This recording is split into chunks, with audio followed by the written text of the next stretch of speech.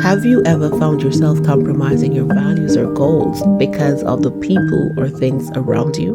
Maybe it's succumbing to peer pressure, getting caught up in toxic relationships, or even just getting distracted by the noise of the world. If you've answered yes to any of these questions, this morning's promise is just for you.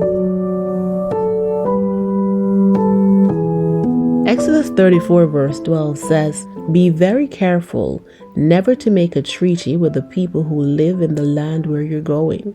If you do, you will follow their evil ways and be trapped."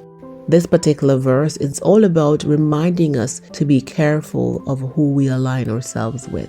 Every day that we get the privilege to do life, we are surrounded by influences, both positive and negative. Whether it's the company we keep, the content that we consume on social media or traditional media, or the habits that we formed, these things have a way to either lift us up or drag us down.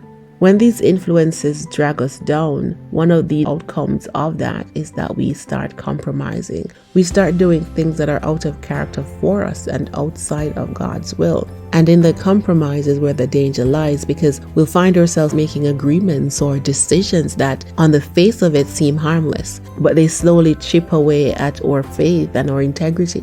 Maybe we compromise our values to fit in with a certain crowd, or we let worldly pursuits take precedence over our relationship with God.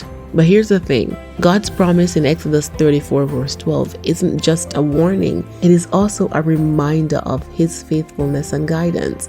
Whenever we find ourselves going off course, God has a way of rerouting us onto the right path. So today I want you to pause a moment and think about the people and things that you've been allowing to influence you, and the people and things that you've been influencing. I also want us to start being intentional about the choices that we make. So instead of blindly following the crowd or succumbing to societal pressures, let us pause and ask ourselves, does this decision honor God?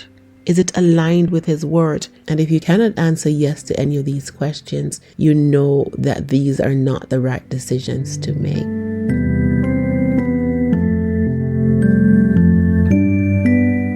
That's our promise for this morning. Thank you for stopping by. I trust that you'll stop by again tomorrow.